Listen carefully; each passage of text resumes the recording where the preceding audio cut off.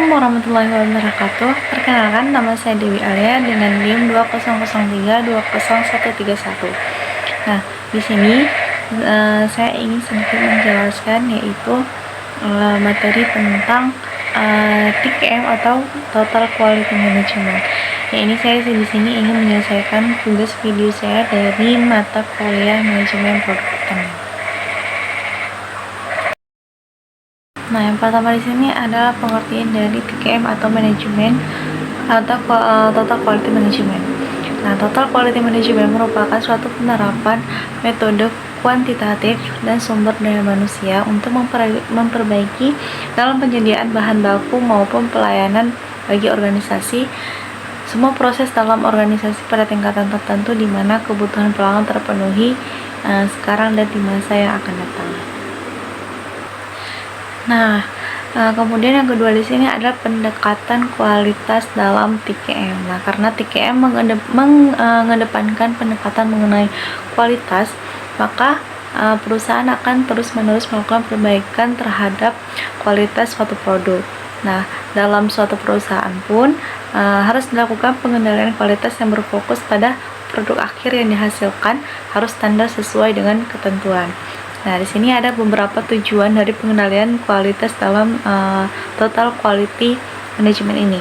Nah, yang pertama di sini adalah mencegah proses pembuatan produk yang tidak terkendali, kemudian memperbaiki proses pembuatan produk yang tidak sesuai dengan terkontrol.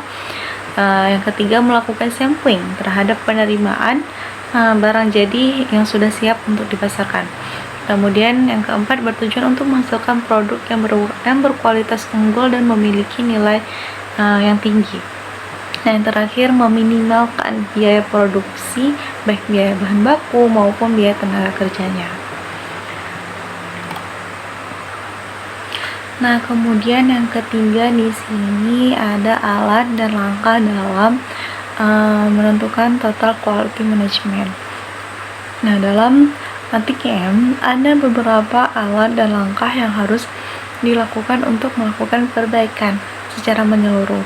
Nah, alat tersebut secara langsung akan memudahkan masing-masing individu yang berperan di dalamnya untuk mendapatkan kemudahan dari berbagai faktor yang ada. Nah, langkah dalam TQM tersebut sering dilakukan oleh perusahaan di Jepang dan hasilnya sangat luar biasa untuk meningkatkan kualitas produk kepada konsumen. Nah, di sini ada beberapa langkah yang ada pada Total Quality Management. Yang pertama ada Kaizen. Nah, langkah TQM ini merupakan sebuah improvisasi secara terus-menerus sehingga membuat suatu proses dalam organisasi atau perusahaan menjadi terlihat nyata. Nah, konsep atau langkah ini bisa dilakukan secara berulang-ulang dan terus-menerus untuk hasil yang maksimal sehingga dapat diukur oleh perusahaan yang bersangkutan. Nah, yang kedua di sini ada langkah Kansai. Nah, untuk meningkatkan kualitas produk yang dibutuhkan oleh konsumen, maka perusahaan bisa melakukan survei dan penelitian secara detail bagaimana konsumen menggunakan produk tersebut. Nah, cara ini juga bisa mengukur kualitas produk, apakah konsumen benar-benar menyukai produk perusahaan atau hanya sekedar untuk pemenuhan kebutuhan sesaat saja. Nah, kemudian ada Atarimae Hinhitsu. Nah, langkah dalam peningkatan kepuasan pelanggan ini berfokus pada proses maupun optimasi dari efek intangible. Nah, kemudian ada yang terakhir di sini ada Miryokuteki Hinhitsu. Nah, langkah selanjutnya yang dilakukan oleh TQM adalah dengan melakukan manajemen taktis untuk beberapa produk yang sudah siap diperdagangkan atau yang sudah siap untuk dipasarkan. Nah, beberapa piranti akan memudahkan proses penerapan TQM karena peralatan tersebut akan membantu analisa berbagai masalah dan memudahkan perusahaan untuk membuat perencanaan. Dari 4 langkah yang sudah disebutkan di atas, penerapan TQM juga menggunakan beberapa alat penting. Nah, di antaranya ini yang pertama ada jajak pendapat. Alat yang digunakan dalam TKM tersebut merupakan alat untuk perencanaan yang digunakan dalam pengembangan kreativitas suatu kelompok. Nah, jajak pendapat tersebut digunakan untuk menerapkan berbagai sebab dari suatu masalah yang digunakan dalam perencanaan suatu proyek. Nah, kemudian ada analisis SWOT. Nah, analisis SWOT ini merupakan alat yang digunakan untuk menganalisa berbagai masalah dalam menggunakan kerangka berupa kekuatan dan kelemahan serta ancaman maupun peluang yang akan didapatkan oleh perusahaan. Nah, analisis ini nantinya akan membantu perusahaan untuk menghindarkan mereka dari pergeseran produk oleh produsen lainnya. Kemudian yang ketiga ada bagan arus proses. Nah, bagan arus proses diartikan juga sebagai alat yang digunakan untuk menganalisa sekaligus untuk merancang suatu gambar tahap demi tahap yang berhubungan dengan perbaikan komponen dalam perusahaan tersebut untuk meningkatkan kualitas dan nilai suatu barang. Nah, yang keempat di sini ada analisa tulang ikan. Nah, analisa ini digunakan sebagai alat TKM yang menggambarkan diagram sebab akibat sebagai analisis. Dalam diagram ini akan dikategorikan beberapa penyebab masalah yang paling potensial yang akan terjadi pada suatu proses produksi. Nah, yang kelima di sini ada penilaian kritis. Nah, penilaian ini merupakan alat bantu dalam menganalisa serta digunakan untuk memeriksa proses manufaktur, proses perakitan maupun jasa. Nah, dengan menggunakan penilaian kritis tersebut, maka akan membantu perusahaan untuk memikirkan kembali dan mempertimbangkan apakah proses tersebut memang dibutuhkan, sudah tepat perencanaannya, ataukah ada beberapa alternatif lainnya yang jauh lebih baik ataupun yang lebih efisien. Kemudian selanjutnya ada benchmarking. Nah, alat ini merupakan suatu proses yang bertujuan untuk pengumpulan dan analisa dari data dari suatu organisasi dibandingkan dengan keadaan yang ada dalam suatu organisasi. Nah, hasil dari analisa tersebut akan menjadi acuan untuk perbaikan perusahaan secara terus-menerus, dan cara ini dilakukan untuk menunjukkan bagaimana organisasi atau perusahaan bisa dikembangkan hingga menjadi yang terbaik untuk kedepannya. Nah, kemudian di sini yang keempat ada syarat, prinsip, dan unsur dari TKM. Nah, yang pertama ada syarat pelaksanaan TKM. Ya. Nah, TKM dapat dilaksanakan oleh semua karyawan yang ada dalam suatu perusahaan tersebut bila memenuhi beberapa syarat di bawah ini. Nah, yang pertama ada perbaikan dilakukan secara terus-menerus. Nah, dalam pelaksanaan TKM dilaksanakan dengan melakukan berbagai perbaikan mutu produk maupun pelayanan secara terus-menerus dan tidak boleh terhenti hingga konsumen merasakan kepuasan yang maksimal. Bila konsumen belum merasa puas, maka jangan dihentikan pelaksanaan TKM tersebut. Kemudian yang kedua ada pencapaian laba dan kepuasan konsumen. Nah, pelaksanaan TKM bukan cuma sekedar untuk meningkatkan kualitas produk saja, namun juga untuk mendapatkan laba yang maksimal dan juga untuk meningkatkan kepuasan pelanggan. Dan komponen dalam perusahaan tersebut, perencanaan dilakukan pada tiap proses tersebut adalah mengacu pada masa depan yang lebih baik dari keadaan sekarang.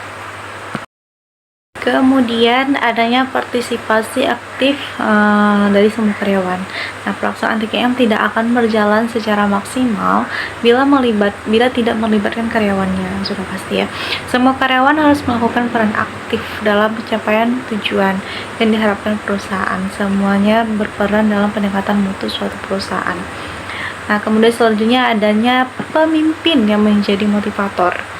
Nah, itu sudah pasti dalam rangka peningkatan mutu dan kualitas produk, meningkatkan omset perusahaan, dan beberapa komponen lainnya. Seorang pemimpin diharapkan juga bisa menjadi seorang motivator bagi bawahannya ataupun bagi karyawannya.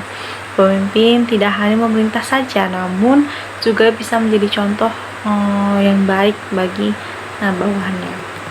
Kemudian selanjutnya ada peningkatan mutu sumber daya manusia. Nah, dalam rangka mempercepat tujuan peningkatan kualitas produk, maka harus dilakukan terlebih dahulu peningkatan mutu sumber daya manusia dengan beberapa pelatihan. Nah, pelatihan yang dilakukan bisa berupa training secara terus-menerus hingga menghasilkan SDM yang potensial dan mampu bersaing dengan perusahaan lainnya. Nah, kemudian ada prinsip-prinsip dalam total quality management. Nah, beberapa prinsip yang diterapkan dalam total quality management diantaranya, yang pertama ada kepuasan terhadap pelanggan. Prinsip ini menjadi bagian penting dari pelaksanaan TPM. Kepuasan pelanggan adalah hal yang utama sehingga perusahaan akan melakukan berbagai cara untuk meningkatkan kualitas dari produk yang dihasilkan. Nah, kepuasan tersebut akan memudahkan perusahaan untuk tetap bertahan di pasar. Bila kepuasan pelanggan tidak diperhatikan, maka perusahaan tidak akan mendapatkan konsumen dalam jumlah yang banyak. Nah, kemudian yang kedua ada manajemen yang tepat. Nah, peningkatan kepuasan pelanggan harus dilandasi dengan manajemen yang tepat pula. Untuk menciptakan kepuasan tersebut, maka harus dibuat manajemen yang baik dan terus dilakukan inovasi yang tak henti. Manajemen ini akan menentukan kualitas produk yang dihasilkan oleh perusahaan. Nah, kemudian ada kerjasama. Proses TPM tidak akan mewujudkan tanpa adanya kerjasama yang baik dari manajer maupun karyawannya. Karena ini semua pihak harus bisa bekerja sama untuk meningkatkan mutu dan kualitas produk yang dihasilkan. Nah, kemudian perbaikan secara terus-menerus. Nah, perbaikan yang dilakukan untuk meningkatkan kualitas perusahaan dalam hal produk yang dihasilkan harus dilakukan secara terus-menerus. Nah, perbaikan ini dilakukan untuk memberikan kemudahan bagi perusahaan dan pihak terkait untuk mendapatkan kualitas dan kepuasan konsumen yang tinggi. Nah, kemudian ada unsur-unsur dari TQM atau Total Quality Management. Yang pertama ada konsumen. Nah, konsumen adalah unsur penting dalam TQM. Nah, konsumen tersebut tidak bisa datang dari pihak internal perusahaan maupun pihak eksternal perusahaan. Namun, padanya konsumen tersebut akan menentukan kelangsungan operasional perusahaan. Nah, yang kedua ada keinginan untuk meningkatkan kualitas. Keinginan untuk meningkatkan kualitas ini, unsur dari TKM juga terletak pada keinginan perusahaan untuk meningkatkan kualitas produk yang dihasilkan oleh perusahaan tersebut agar bisa meningkatkan kepuasan pelanggan. Nah, selanjutnya adanya komitmen jangka panjang. Nah, Total Quality Management meletakkan unsur penting, yaitu adanya komitmen dalam waktu jangka panjang suatu perusahaan. Nah, komitmen tersebut digunakan untuk meningkatkan mutu perusahaan secara terus-menerus. Kemudian adanya tujuan yang sama. Nah, tujuan yang ingin dicapai dalam TKM adalah untuk menghasilkan produk yang berkualitas sehingga bisa memberikan kepuasan pada pelanggannya. Nah, Total Quality Management merupakan sebuah definisi dari aktivitas dan kegiatan yang menggunakan alat bantu. Nah, seperti di sini yang pertama ada quality planning atau perencanaan kualitas. Nah, perencanaan kualitas atau quality planning ini adalah penetapan dan pengembangan tujuan dan kebutuhan untuk sebuah kualitas serta penerapan sistem kualitas yang telah ditetapkan sebelumnya. Nah, perencanaan merupakan bagian dari perusahaan dari sebuah manajemen strategi sehingga arah dan tujuan organisasi dapat jelas dimengerti dan dipahami seluruh level organisasi. Nah, dan dalam jangka panjang tujuan organisasi harus selalu mengarah pada quality first atau quality yang pertama. Kemudian yang kedua ada quality control ataupun pengendalian kualitas. Nah, teknik dan aktivitas operasional yang digunakan untuk memenuhi persyaratan kualitas. Setiap perencanaan yang telah dieksekusi atau dilaksanakan perlu memenuhi syarat kontrol dan monitoring yang tepat dan berkala. Nah, pengendalian kualitas tersebut merupakan arahan agar quality planning berjalan sesuai koridor, arah, dan tujuan dari organisasi tersebut. Nah, yang ketiga di sini ada quality assurance ataupun jaminan kualitas. Nah, tindakan yang terencana dan sistematik yang diimplementasikan dan didemonstrasikan guna memberikan kepercayaan yang cukup bahwa produk dan jasa layanan akan memuaskan kebutuhan kualitas tertentu. Nah, dengan adanya sistematika pengendalian kualitas, maka output dan outcome organisasi akan dapat menjadi sebuah merek ternama yang terjamin mutu dan kualitasnya. Nah, disinilah perusahaan dan tim memerlukan feedback dari pihak internal ataupun eksternal tentang produk dan jasa yang telah diberikan. Nah, di sini kemudian selanjutnya ada quality improvement atau peningkatan kualitas. Nah, tindakan yang diambil guna meningkatkan nilai produk dan jasa untuk pelanggan melalui peningkatan efektivitas dan efisiensi dari proses dan aktivitas melalui struktur organisasi. Nah, quality management adalah integrasi semua sumber daya manusia, supplier, dan customer dalam lingkungan perusahaan.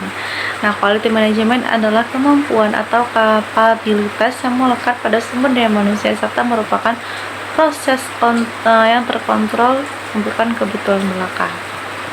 Nah, di sini kemudian ada 7 konsep program TKM yang efektif. Yang pertama, di sini ada perbaikan berkesinambungan. Nah, TKM membutuhkan perbaikan berkesinambungan yang tidak pernah berhenti, yang mencakup orang, peralatan, pemasok, bahan, dan prosedur.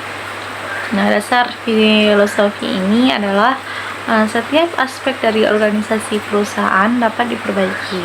Nah, tujuan akhirnya adalah kesempurnaan yang tidak akan pernah dapat diraih, tapi selalu diupayakan. Kemudian ada Six Sigma. Nah, Six Sigma adalah program untuk menghemat waktu, meningkatkan kualitas, dan menurunkan biaya. Nah, Six Sigma juga merupakan sebuah sistem yang menyeluruh, yaitu suatu strategi karena berfokus pada kepuasan pelanggan total, disiplin karena mengikuti Six Sigma Improvement model formal, dan sekumpulan perangkat seperti lembar perangkat, diagram sebab akibat, kemudian diagram Pareto, diagram alir, histogram, dan statistical process control. Nah, untuk memperoleh dan mempertahankan kesuksesan dalam berbisnis. Nah, kemudian di sini selanjutnya ada pemberdayaan pekerja. Nah, pemberdayaan pekerja berarti melibatkan pekerja pada setiap proses produksi. Nah, ada beberapa cara untuk memperdayakan pekerja. Membina jaringan komunikasi yang melibatkan pekerja, membentuk para pekerja yang bersikap terbuka dan mendukung, memindahkan tanggung jawab dari manajer dan staf kepada para pekerja di bagian produksi, membangun organisasi yang memiliki moral yang tinggi, menciptakan struktur organisasi formal sebagai tim-tim dan lingkaran-lingkaran kualitas. Nah, kemudian selanjutnya ada benchmarking. Nah, benchmarking merupakan pemilihan standar kinerja yang mempresentasikan kinerja terbaik dari suatu proses atau aktivitas. Nah, benchmarking meliputi pemilihan standar produk, jasa, biaya, atau kebiasaan yang mewakili suatu kinerja terbaik dari proses atau aktivitas serupa dengan proses atau aktivitas Anda. Nah, kemudian langkah menetapkan benchmarking atau lain yang di sini itu menetapkan apa yang akan dijadikan benchmark. Nah, membentuk tim benchmark, mengidentifikasi mitra-mitra benchmark, mengumpulkan dan menganalisis informasi benchmark, mengambil tindakan atau menyamai atau melebihi benchmark. Ukuran-ukuran kinerja khusus yang digunakan dalam membentuk benchmark meliputi presentasi cacat, biaya per unit atau per pesanan, waktu proses per unit, waktu respon layanan, imbal hasil investasi, tingkat kepuasan pelanggan, dan tingkat ingatan pelanggan. Nah, kemudian selanjutnya ada just in time. Nah, konsep just in time diadakan untuk perbaikan berkesinambungan dan penyelesaian masalah. Dalam konsep just in time ini, barang diproduksi dan diantarkan saat mereka dibutuhkan. Nah, just in time atau JIT berkaitan dengan kualitas dalam beberapa hal. JIT memangkas biaya kualitas serta meningkatkan kualitas yang lebih baik, berarti persediaan yang lebih sedikit, serta sistem JIT yang lebih baik dan mudah digunakan. Tujuan memiliki persediaan adalah melindungi kinerja produksi yang buruk yang disebabkan oleh kualitas yang tidak dapat diandalkan. Nah, jika kualitasnya konsisten, maka JIT membuat perusahaan dapat mengurangi semua biaya yang terkait pada persediaan. Nah, kemudian selanjutnya ada konsep Taguchi. Nah, konsep ini memberikan 3 konsep yang bertujuan memperbaiki kualitas produk dan proses, yaitu yang pertama ketangguhan kualitas, kemudian produk berkualitas tangguh adalah produk yang dapat diproduksi secara beragam dan konsisten dalam segala kondisi manufaktur dan lingkungan yang kurang baik dan bukan menghilangkan penyebabnya. Nah, Taguchi menyarankan bahwa menghilangkan pengaruh biasanya lebih murah daripada menghilangkan penyebab dan lebih efektif dalam memproduksi produk yang tangguh. Nah, dengan cara ini variasi kecil dalam bahan dan proses tidak akan mengganggu kualitas produk. Fungsi kerugian kualitas, quality loss function, mengidentifikasi semua biaya yang berkaitan dengan kualitas rendah dan menunjukkan bagaimana biaya ini meningkatkan jika kualitas produk semakin jauh dan keinginan pelanggan. Biaya ini tidak hanya meliputi ketidakpuasan pelanggan, tetapi juga biaya garansi dan jasa. Nah, biaya pemeriksaan internal, perbaikan scrap, dan biaya-biaya yang dianggap sebagai biaya bagi masyarakat. Nah, kualitas berorientasi sasaran. Nah, kualitas berorientasi sasaran merupakan sebuah filosofi perbaikan terus-menerus untuk membuat kualitas produk tepat sesuai dengan sasaran. Kemudian selanjutnya ada perangkat manajemen kualitas. Nah, total perangkat manajemen kualitas total antara lain adalah lembar periksa, diagram sebab akibat, diagram Pareto, diagram alir, histogram, dan statistical process control atau SPC. Nah, manfaat yang didapat perusahaan karena menyediakan barang atau jasa berkualitas baik berasal dari pendapatan penjualan yang lebih tinggi dan biayanya lebih rendah. Gabungan keduanya menghasilkan profitabilitas dan pertumbuhan perusahaan.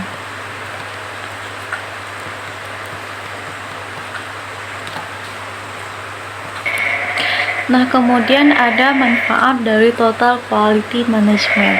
Nah, manfaat dari total quality management adalah meningkatkan profit, kepuasan pelanggan, mengembangkan market share, dan menciptakan competitive advantage.